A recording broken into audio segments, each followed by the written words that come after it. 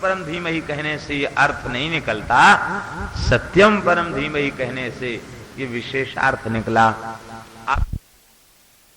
धीमहि में सत्य माने श्री कृष्ण ही कहा गया और श्री कृष्ण का ही ध्यान किया गया। इसमें प्रमाण क्या है?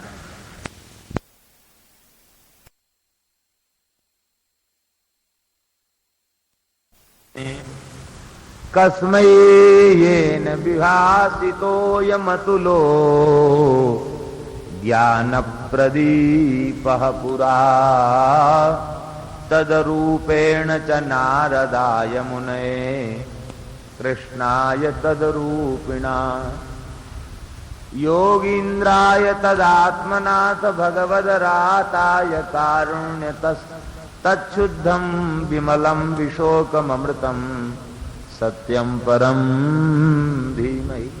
ये जो श्रीमद् भागवत के बारे में स्कंद के उपसंहार का अंतिम मंगलाचरण का श्लोक है, इसका तात्पर्य क्या है?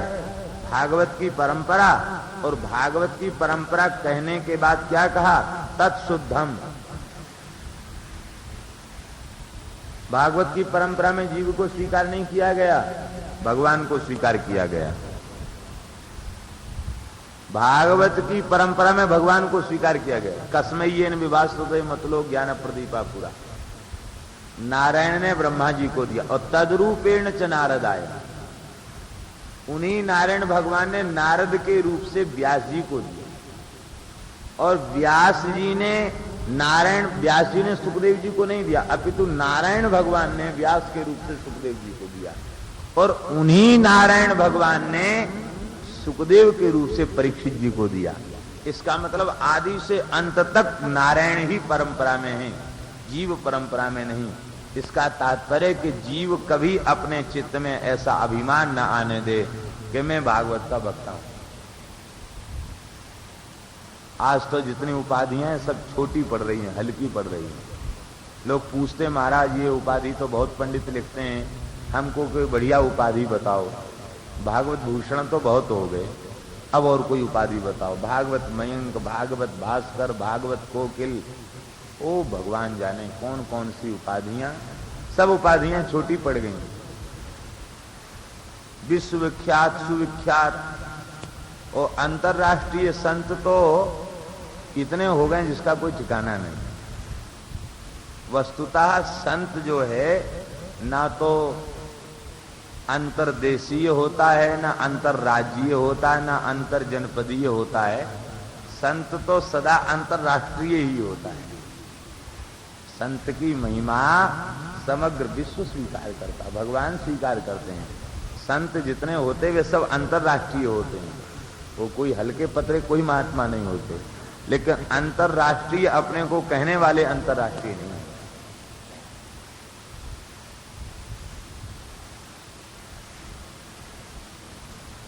उपाधि, कितनी उपाधि जन्म से प्राप्त हैं, उनको तो हटा नहीं पाए। अमुक वर्ण के हैं, अमुक आश्रम के, अमुक योग्यता, ये सब तमाम तरह की उपाधियां शरीर से जन्म से पैदा भई, और हमने उनको अपने पीछे लगा रखा, उनको तो हम हटा नहीं पाए। और 10-5 मिथ्या उपाधियां और बटोर ले, क्या दशा है जी।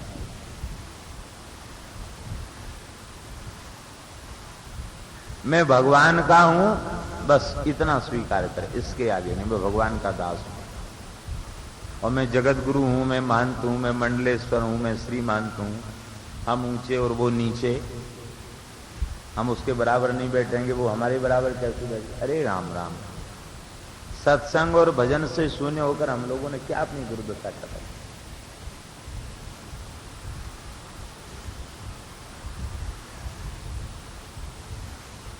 आप लोगों को लग रहा होगा कि हम ऊंचे बैठे हैं, लेकिन हमारा आधार भी पृथ्वी है, आपका आधार भी पृथ्वी है। तो क्या ऊपर और क्या नीचे? आधार सबका पृथ्वी है, तो क्या ऊपर और क्या नीचे? सभी तो धरती पर टिके हैं। अरे कोई ऊपर बैठ गया, इससे वो बड़ा नहीं हो गया, कोई नीचे बैठ गया तो कोई छोटा नहीं हो गया। कितने भेदों को कल्पित कर लिया।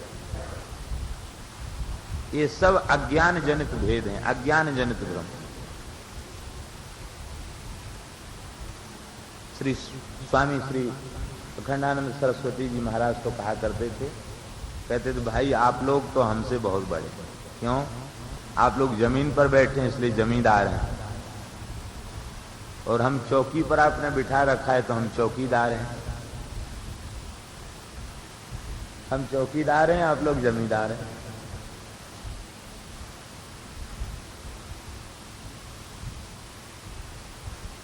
श्रीमद् भागवत की परंपरा में केवल भगवान है, इसलिए हृदय से इस बात को स्वीकार कर लो, भगवान अंतःकरण में विराजमान होकर जितना अनुग्रह करेंगे वो भगवान की कृपा से ही कुछ कह सकेंगे, भगवान ही कहने वाले हैं, हमें वस्तुतः भागवत कथन की योग्यता नहीं। तत्शुद्धम विमलम विशोकम अमृतम सत्यम परम धीम, ऐसे शुद्ध विमल शोक रहित जो श्रीमद् भागवत रूप श्री कृष्ण हैं उनका हम ध्यान करते हैं। अब देखिए वे भगवान भागवत रूप श्री कृष्ण कैसे हैं, परम सत्य हैं, उनका हम ध्यान करते हैं। जब भागवत को श्री कृष्ण का स्वरूप बताया और श्री कृष्ण का वांग्मय स्वरूप बताकर परम सत्य के रूप में ध्यान किया गया, तब ये अर्थ कैसे लिख दिया गया कि बचो विभूतिर न तु पारमार्थ्यम, ये केवल वाणी का विलास है, पारमार्थिक नहीं है। भगवान का स्वरूप है तो ये पारमार्थिक सत्य है, ये वाणी का विलास नहीं। आप लोग कहेंगे पर भागवत का श्लोक है उसका अर्थ कैसे करोगे? इसका तात्पर्य है बचो विभूतिर न अपितु पारमार्थ, ये अर्थ, दोनों अर्थ निकल जाएंगे। बचो विभूतिर न तु पारमार्थ्यम, सीधा सीधा अर्थ करो तो ये निकलेगा कि वाणी की विभूति है, परमार्थ नहीं। लेकिन ऐसा अर्थ करने से तो अनर्थ हो जाएगा, सिद्धांत ही नष्ट हो जाएगा। इसलिए अर्थ जो है वो सिद्धांत के अनुरूप ही करना चाहिए, सिद्धांत के विरुद्ध अर्थ का प्रतिपादन नहीं करना चाहिए। इसलिए यही सिद्धांत ठीक है कि बचो विभूतिर न अपितु पारमार्थ, वाणी की विभूति नहीं, ये परमार्थ। श्री वृंदावन बिहारी। तो देखो ग्रंथ के आदि में सत्यम परम धीमहि कहकर श्री कृष्ण का ध्यान किया गया और ग्रंथ के अंत में परम सत्य कह करके भगवान का स्मरण किया गया। भगवान को स्वतंत्र स्मरण न करके भागवताख्य श्री कृष्ण को परम सत्य कहकर ध्यान किया। माने श्रीमद् भागवत में और श्री कृष्ण में अभेद स्थापित किया गया, सर्वथा अभेद दोनों जगह। नाम नहीं है भगवान का, तो दोनों जगह, एक जगह तो निश्चित तत्शुद्धम विमलम विशोकम अमृतम श्रीमद् भागवताख्यम श्री कृष्णम, यहां भी स्पष्ट है। आगे नाम नहीं लिया इसलिए आप अस्पष्ट समझ लें। लेकिन जी यह बात तब स्पष्ट हो जाती है जब हम गर्भस्तुति के श्लोक पर, मध्यवर्ती श्लोक पर जब हम विचार करते हैं तो ये बात स्पष्ट हो जाती है कि ग्रंथ के आदि में भी श्री कृष्ण का स्मरण और ग्रंथ के अंत में भी भागवत स्वरूप श्री कृष्ण का स्मरण, क्योंकि जिनका मध्य में स्मरण किया गया उन्हीं का अंत में भी है और उन्हीं का आदि में भी है। और वहां एक विशेषता है, गर्भस्तुति के प्रकरण में ब्रह्मादि देवताओं ने सत्य शब्द का बारंबार आवर्तन किया, उच्चारण किया सत्य शब्द का, माने बारंबार सत्य शब्द का प्रयोग करके इस बात को बतला दिया कि वस्तुतः परम सत्य श्री कृष्ण हैं। अपने मन से ऐसी भ्रांति निकाल दो कि श्री कृष्ण के अतिरिक्त कोई देवी देवता ये सत्य है, इस भ्रांति को चित्त से सर्वथा निकाल दो। प्रकृति के अधीश्वर परम पुरुष अनंत कोटि ब्रह्मांड नायक सर्वेश्वर परात्पर पर ब्रह्म भगवान ही सत्य हैं। भगवान कृष्ण का अर्थ है राम कृष्ण नारायण। हमारा मानना यही है,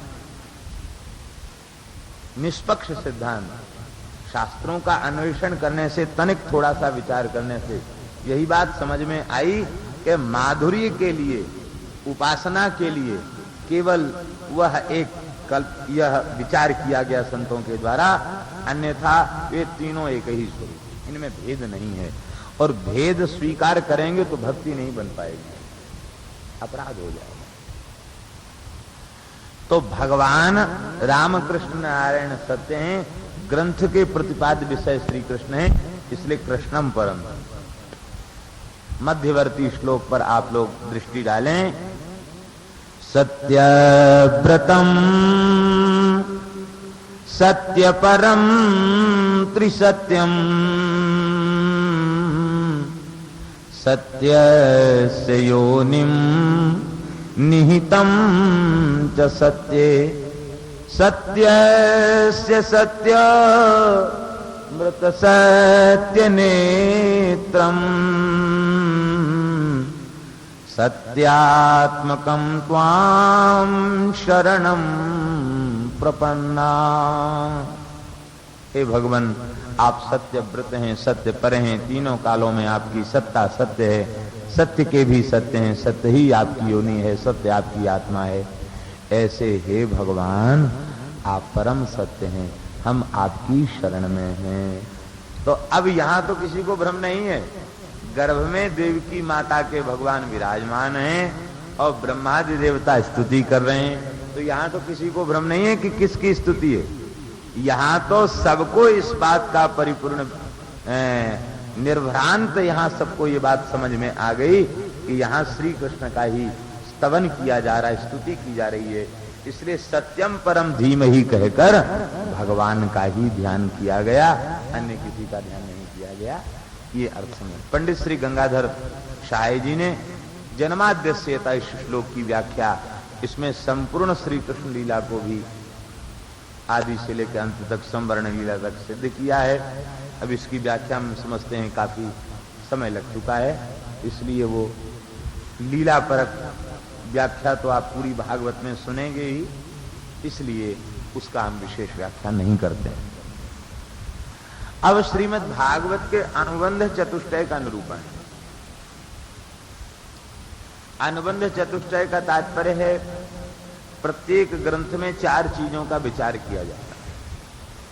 मंगलाचरण थोड़ा सा गंभीर है, कोई कथानक नहीं है, इसलिए अधिकारी श्रोताओं को तो खूब आनंद मिलता है, बाकी लोगों को लगता पता नहीं क्या कह रहे हैं, लेकिन आप लोग ध्यान से सुनेंगे तो बहुत समझ में आए।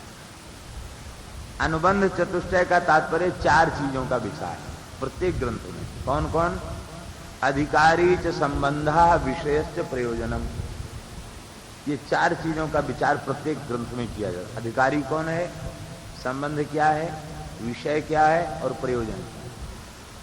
इन चारों का निरूपण मंगलाचरण के द्वितीय श्लोक में। धर्मः प्रोज्झित कैतवोत्र परमो निर्मत्सराणां सतां वेद्यं वास्तवमत्र वस्तु शिवदं तापत्रयोन्मूलनम्। श्रीमद्भागवते महामुनिकृते किं वा परैरीश्वरः सद्यो हृद्यवरुध्यते कृतिभिः शुश्रूषभिस्तत्क्षणात्। श्रीमद् भागवत में किस विषय का निरूपण है? कहते प्रोज्झित कैतव परम धर्म का निरूपण है। निष्कपट परम धर्म का विवेचन किया गया। परम निष्काम निष्कपट जो परम धर्म है उसका निरूपण किया गया। आप लोग कहेंगे कि धर्म तो कहते ही उसे जिसमें कपट की गंध न हो। ये छल कपट दंभ पाखंड ये तो पाप की परंपरा में, धर्म की परंपरा में तो है नहीं। तो धर्म में कपट कहां से आ गया? निष्कपट धर्म का। इसका मतलब है कोई निष्कपट धर्म है तो कोई कपट धर्म भी है। धर्म का कपट क्या है? देखिए, धर्म का कपट यही है, धर्म का फल है भगवान के चरण कमलों की प्राप्ति। धर्मस्य ह्यापवर्गस्य नार्थोर्थायोपकल्पते। आगे इसी प्रथम स्कंद में कहेंगे, धर्मस्य ह्यापवर्गस्य, धर्म का निश्चित फल यही है छुटकारा।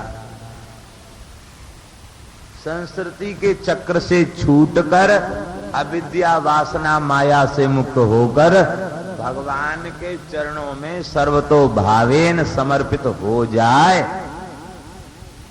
यही धर्म का फल है। लेकिन जब धर्म के आचरण का यह फल न होकर लौकिक पारलौकिक भोग ही धर्म के आचरण का फल बन जाते हैं, तो धर्म कपट युक्त हो जाता है, दोष युक्त हो जाता है। सकाम धर्म, सकाम धर्मानुष्ठान वो कपट युक्त, उसका फल भगवत प्राप्ति नहीं है, उसका फल संसार चक्र में भटकना है।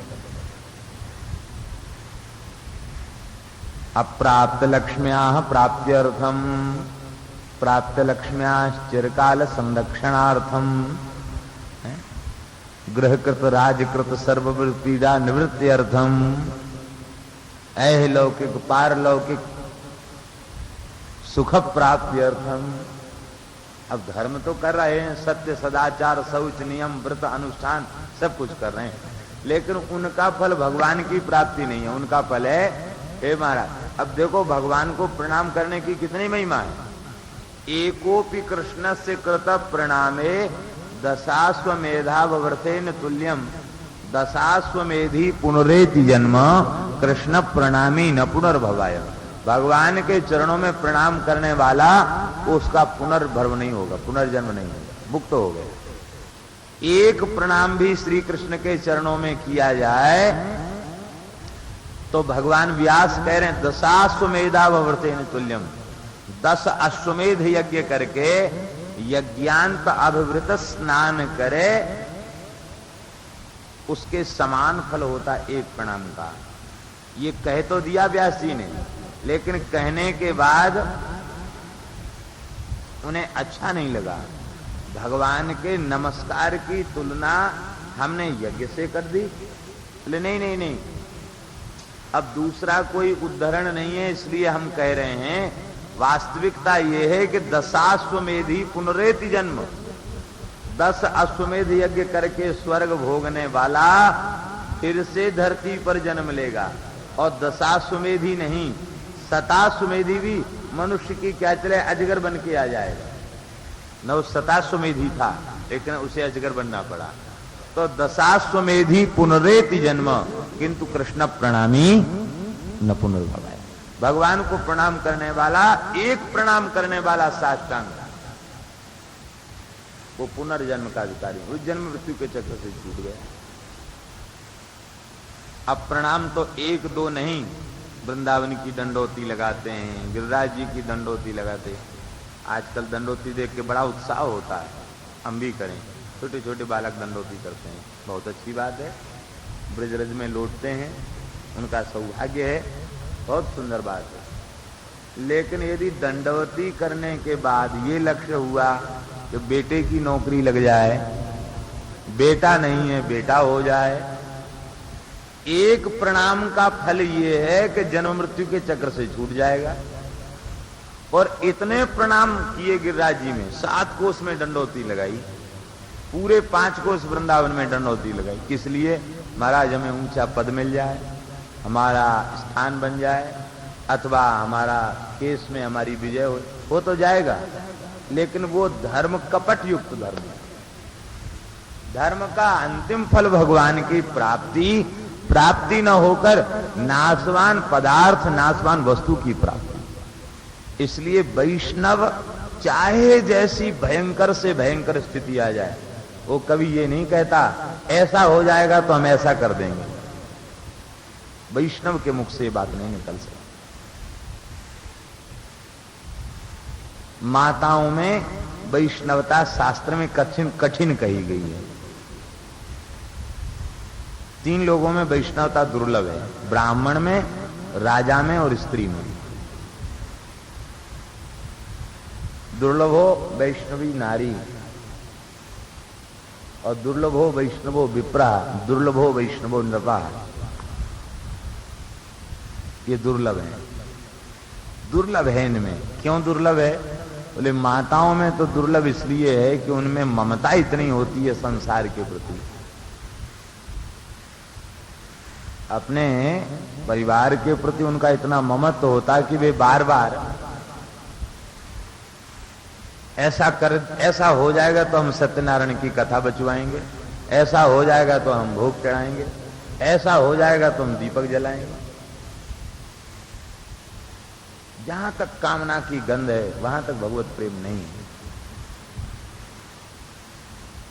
फिर भगवान में अनन्य निष्ठा से उनकी भक्ति नहीं बन पाती।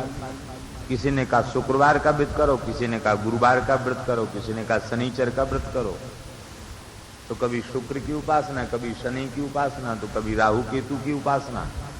तो कहीं किसी ने कह दिया कि तुम्हारे घर में सब बीमार रहते हैं, अमुक मजार पर जाकर अगरबत्ती लगाया तो सब ठीक हो जाएगा। तो गोपाल जी घर में ताक में रखे रहेंगे, वो मसान पूजने चली जाएगी, पीर फकीर पूजने चली जाएगी।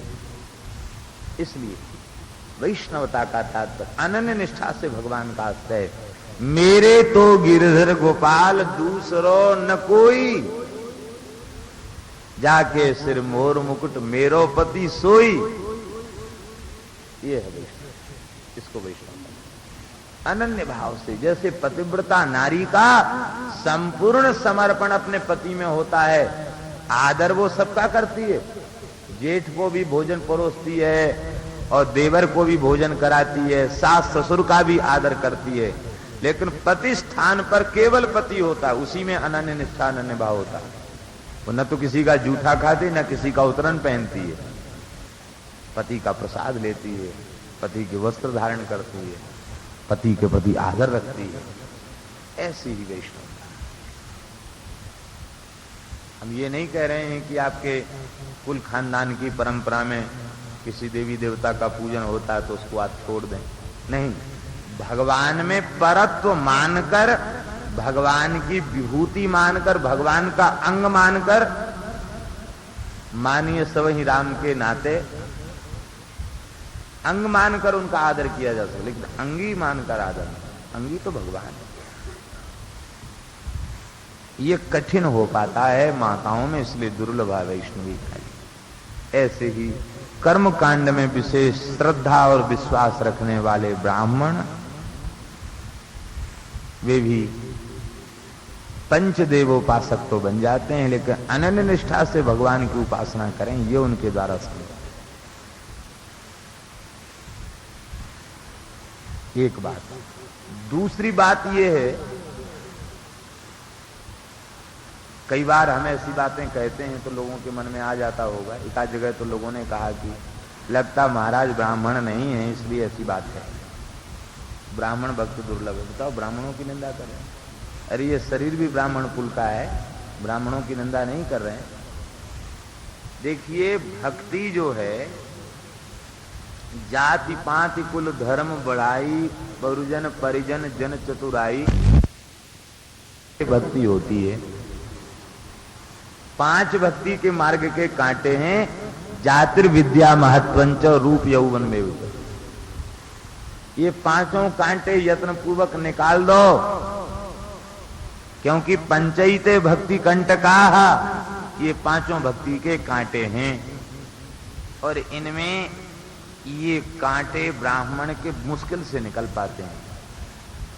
चाहे जितना भक्त हो जाए, सिद्ध हो जाए, कहीं न कहीं ये अहंकार भीतर छिपा रहेगा। अरे आखिर हम कोई अरु गरु नथु खेरू है, हम तो सर्वश्रेष्ठ हैं, हमसे सब नीचे हैं। वो दूसरे लोगों से तो अपने को उत्कृष्ट मानेंगे, ब्राह्मणों में भी कहेगा हम कान्य कुब्जे हैं, हम इसका पानी नहीं पीते हैं, ये हमारे बराबर का थोड़ी है, ये ऊंचे हैं हम नीचे, ये नीचे हैं हम तो बहुत ऊंचे, हम इनका पानी पिया नहीं, सुबह पानी नहीं पिएंगे, चाहे भले ही दुकान पे जाके चाहे जिसका पानी पिया उसका पानी हम नहीं पिएंगे। जाति का अभिमान, विद्या का अभिमान, रूप का अभिमान, युवावस्था का अभिमान, महत्व का अभिमान, ये 5 चीजें अनुचित हैं, ये हम नहीं कहते। क्योंकि जीव को अपने पूर्वकृत कर्म के अनुसार ही उस जाति में उसका जन्म हुआ है और उसे वह महिमा योग्यता प्राप्त भई है। ब्राह्मण होना भगवान की अतिशय कृपा है। अंतिम शरीर है ब्राह्मण का शरीर। चरम देह द्विजके में पाई, ब्राह्मण कुल में जन्म लेने के बाद भी सुअर कुत्ता गधा घोड़ा बनना पड़ा, इससे बड़ा दुर्भाग्य और क्या होगा। मनुष्य शरीर लेने के बाद हमें संस्कृति के चक्र में भटकना पड़े, ये दुर्भाग्य, और इससे ये और भयंकर दुर्भाग्य कि ब्राह्मण कुल में जन्म लेने के बाद हमें भटकना पड़ा, इससे बड़ा दुर्भाग्य और क्या होगा। ब्राह्मणस्य शरीरोयं क्षुद्र कामाय निश्चिते कृच्छ्राय तपसे चेह प्रीत्यानंत सुखाय च। इस प्रकार की बात को स्वीकार करके और हमको भगवान ने अतिशय कृपा करके अनुग्रह करके ब्राह्मण कुल में जन्म दिया है, ये भगवान की कृपा है। तो अब इस कृपा को स्वीकार करके हम इस प्रकार का समर्पण भगवान के चरणों में कर दें, अनन्य भाव से अभिमान शून्य होकर के। श्री वृंदावन बिहारी लाल आगे विराज सामने जगह दे भाई। ब्राह्मण होना ये भगवान की अतिशय कृपा है, और इस कृपा का विचार करके ब्राह्मण गदगद हो जाए, सर्वतो भावेन भगवान के चरणों में प्रपन्न हो जाए और भजन में लग जाए, संस्कृति के चक्र से छूटने के प्रयत्न में लग जाए, यहां तक तो उचित है। लेकिन केवल कोरा ब्राह्मणता का अभिमान करके भगवान से विमुख हो जाए और केवल अपने अभिमान का पोषण करता रहे, बस मैं ब्राह्मण हूं और भगवान तो हमारे नौकर हैं, क्योंकि ब्रह्मण्य देव हैं, वो ब्राह्मण को इष्ट देवता मानते, तो अब हमें करने की जरूरत क्या है। ऐसे अभिमान को यदि वह अपने में पाल ले, ये दुर्भाग्य है। विद्या होना बड़ी कृपा है भगवान की। जरूर पूर्व जन्म में किसी सुपात्र को विद्या का दान किया होगा, तो आज भगवत कृपा से थोड़ा बहुत कुछ मिल गया, ज्ञान मिल गया। तो आज हमें जो कुछ मिला है उस अपने ज्ञान को जिज्ञासुओं को हम प्रदान करें, और विद्या का फल भगवत प्रीति है, भगवत शरणागति है, भगवान का भजन है, उसे हम स्वीकार कर लें, यहां तक तो उचित है। लेकिन हम विद्वान हैं ऐसा मानकर बात बात में टाल ठोकते फिरें और कहें हो कोई तो हमारे सामने आ जाए, ऐसा कहकर हम ब्राह्मणों को तिरस्कृत करें, अपमानित करें और उनको हम हीन बतावें, अरे वो तो मूर्ख है, वो क्या जानता है, हम जो कुछ है हमें, ये दुर्भाग्य है।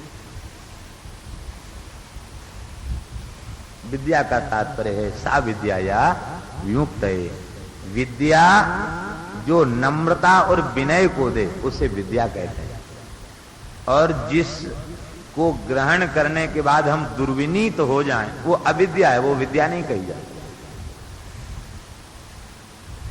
महत्व मिल जाना ये भगवान की कृपा है, भगवान ने कृपा किया, हमें उत्तम अधिकार दिया, तो उस महत्व को प्राप्त करके हम गौ ब्राह्मण साधु इनकी सेवा करें, यहां तक तो महत्व ठीक है।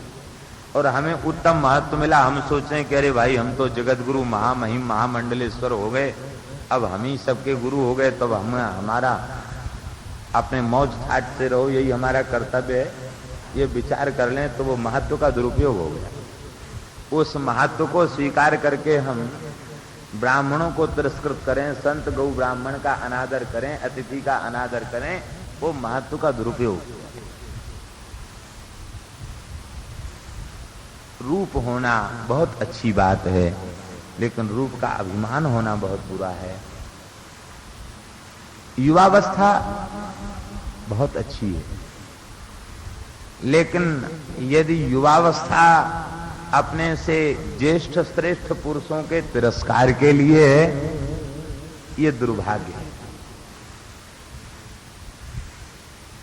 युवावस्था के मद में इतना मतवाला हो जाता है, तो किसी की बात नहीं मानता। हम समझते हैं इसी युवावस्था के मद को ध्यान में रख करके ही श्री मनु महाराज ने कहा प्राप्ते तु षोडशे वर्षे पुत्र मित्र बदाचरित। शायद इसीलिए कहा होगा कि जिस समय किशोर अवस्था युवावस्था आती है तो फिर वो डांट डपट किसी की सुनता नहीं, इसलिए मित्र बन के उसके सुहृद बन करके उसको समझाओ।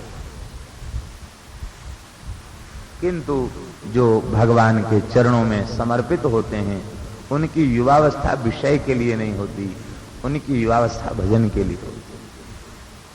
तो युवावस्था यदि हमें प्राप्त है तो भगवान की अतिशय कृपा है।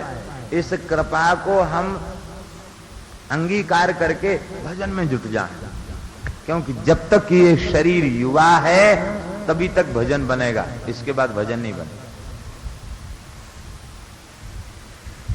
हमारे खाक चौक वाले महाराज जी कहा करते थे, देखो भाई पुराने संतों की कहावत है, अगली छोड़ पिछली छोड़, बीच की है धर रगड़, साधु सही बात। अगली छोड़, बाल्यावस्था चलेगी खेलने खाने में, उसे छोड़ दो कोई बात नहीं, प्रमाद में चलेगी। पिछली छोड़, पिछले में शरीर जर्जर हो जाएगा, घोंटू में दर्द, हाथ में दर्द, पैर में दर्द, कमर में दर्द, दिखाई नहीं पड़ता, सुनाई नहीं पड़ता, उसको भी छोड़ दो। बीच की जो अवस्था है उसको रगड़ दो, अर्थात उसको साधन में समर्पित करो।